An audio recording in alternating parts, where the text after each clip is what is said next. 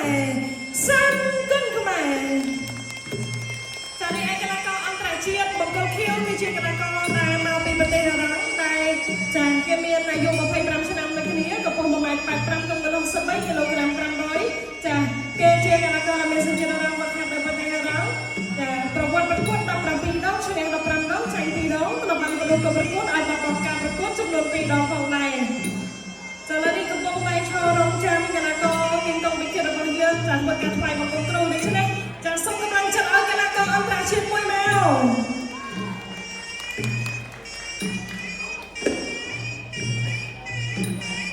ចាបច្ចេកទេសកម្មទូទាំងស្រីជនដែលនេះគឺជាគូចាឯកចុងក្រោយនៅក្នុងកម្មវិធីម៉ាក់ហ្វៃសម្រាប់សប្តាហ៍នេះសប្តាហ៍បន្ទាប់គឺការនឹងជួយចាត់ចែងពីការប្រកួតវគ្គផ្ដាច់ព្រមដំណើរខ្សែក្រវ៉ាត់ ITCC គុណខ្មែរនៅលើសង្វេទម៉ាក់ហ្វៃដែលទទួលបានការឧបត្ថម្ភផ្ដាច់មុខពី Cambodia រួមគ្នាដឹកដៃគុណខ្មែរទៅកាន់ពិភពលោកផងដែរចាសប្តាហ៍ក្រោយពីម៉ោង 3 តែដល់ទី1បានចាប់ផ្ដើមការប្រកួតរវាងកីឡាករគុណខ្មែរសាំគុណខ្មែរជាមួយនឹង Zai Zarapu មកពីប្រទេសអារ៉ាប់កាត់ចក្រមបាក់ចាក់ពីស្លាប់กับបស្ដាមួយទៀតពីកីឡាករសាំគុណខ្មែរចាក់ទៅមួយពី Zai Zarapu វាយគោលទៅចូលទៅលេខអង្គរបស់សាំគុណខ្មែរកីឡាករទី1ពីរបស់យើងនៅក្នុងឈីមដែរចូលកាស៊ីហើយតិចតិចកីឡាករបង្គោលខៀវមកពីប្រទេសអារ៉ាប់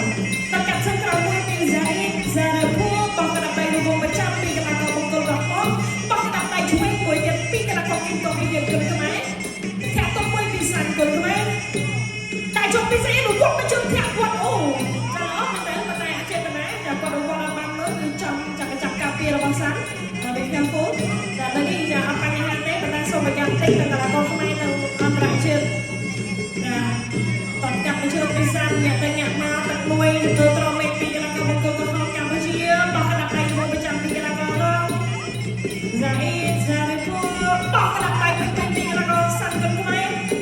ដែលចូលពីកីឡាករបង្គោលក្រហមញាក់ទៅញាក់មកពីកីឡាករបង្គោលខៀវបោះក្តាប់ដៃលុកឆ្វេងតបមកជើងពីកីឡាករអារ៉ាំបង្គោលខៀវ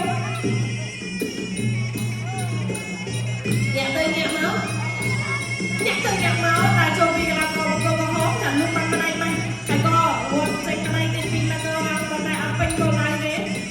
ចាពីកំណាចូលយ៉ាងតទៀតចាបោះមួយបោះពីកីឡាករអារ៉ាំគាត់កាប់ជើងក្រោមមួយពីកីឡាករអារ៉ាំឈាមតាចូលគាត់កាប់ទៅជើងពីកីឡាករកម្ពុជាធាក់ទុកមួយពីកីឡាករអារ៉ាំតាចូលបាត់កណ្ដាប់ដៃរបស់ប្រចាំពីកីឡាករអារ៉ាំហើយក៏កណ្ដាប់ដៃរបស់ប្រចាំឆ្វេងពីសាំអត់ចំគោលដៅដូចគ្នាទាំងពីរបោះកណ្ដាប់ដៃឆ្វេងមួយពីសាំគុណខ្មែរធាក់ជំទាស់ត្រង់ពេកបោះកណ្ដាប់ដៃមួយពីគីវកីឡាករអារ៉ាំមកជើងពីកីឡាករគុណខ្មែរតាចូលបាយចេញពីកីឡាករសាំគុណខ្មែរកិច្ចលឿនហើយក៏បាយចេញទៅវិញប៉ុន្តែកិច្ចតន់ដូចគ្នាយើងតាចូលពីសាំតបកាត់ទៅជើងវត្តសំទៅវិញលឿនពី Zai Zarapu តាចូលវិញមួយអត់កិនជ្រោ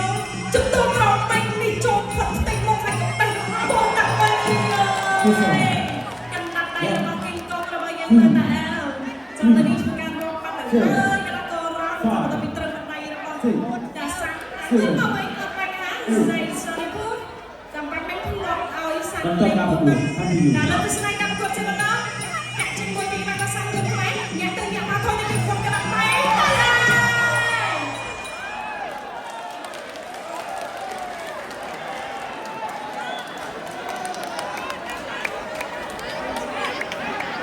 ចាសពគ្រប់កីឡាករបង្គោលក្រហម The Red Corner Cambodia សាំគុណខ្មែរនិងតាមតែប្រកួតកីឡាករបង្គោលសម្រាប់ទឹកទី1